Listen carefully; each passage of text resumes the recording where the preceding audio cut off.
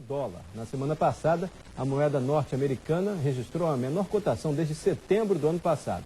A consequência disso para a economia capixaba é o que você vai saber agora com o economista Matheus Albergaria. Ele está aqui no estúdio do Bom Dia. Tudo bem, Matheus? Tudo bem, bom dia. Por que o dólar se desvalorizou tanto assim em relação ao real, hein?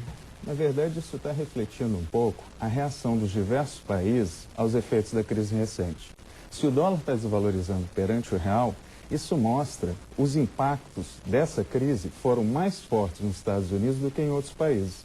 E o Brasil, se você for olhar em termos relativos, reagiu de uma forma melhor aos impactos adversos da crise do que diversos outros países. Agora, o real também não está valorizado só em relação ao dólar. Há outras moedas também, né?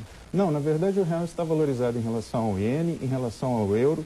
E se você for olhar, a valorização média está em torno de 30%, se eu não me engano, de acordo com alguns cálculos que nós realizamos lá no Instituto Jones Santos Neves semana passada. Isso é um sinal de força da economia brasileira, não é, Matheus? Com certeza, sim. E a tendência, o senhor acha que é se manter assim, o real se valorizando?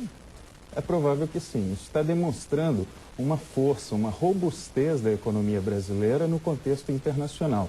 Na verdade, as perspectivas do Brasil são muito boas. O Brasil foi recentemente apontado por uma pesquisa da ONU como o quarto melhor país do mundo para se investir no momento.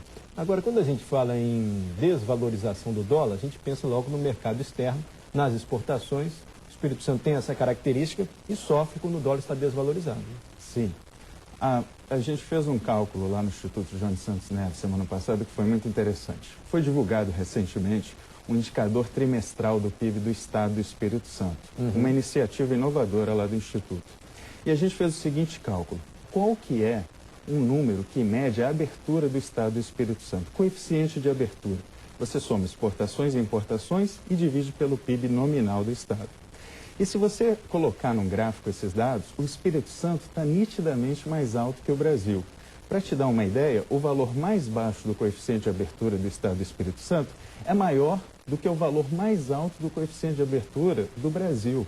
Isso demonstra o quanto que a nossa economia é aberta. Fazendo essa conta na semana passada, em alguns trimestres a economia do Estado do Espírito Santo está aberta em torno de 50%, em média, mas teve trimestre que alcançou o número de 75%, para você ter uma ideia. São estimativas preliminares. Não entendi mais ou menos a conta, mas não entendi muito bem a consequência. Quer dizer, a conta é importação mais exportação dividido pelo PIB trimestral. Essa conta, ela dá uma magnitude do quão aberta é a economia do Estado do Espírito Santo em relação ao Brasil. Quando o senhor fala aberta, é de negócios? Quanto que ela é voltada para o comércio exterior. Ah, perfeito. Porque a todo momento nós estamos falando da importância do comércio exterior para a economia capixaba. Perfeito. E é importante a gente ter um número que dê uma magnitude dessa abertura, o chamado coeficiente de abertura. Esse número quantifica isso, a importância do comércio exterior para a nossa economia.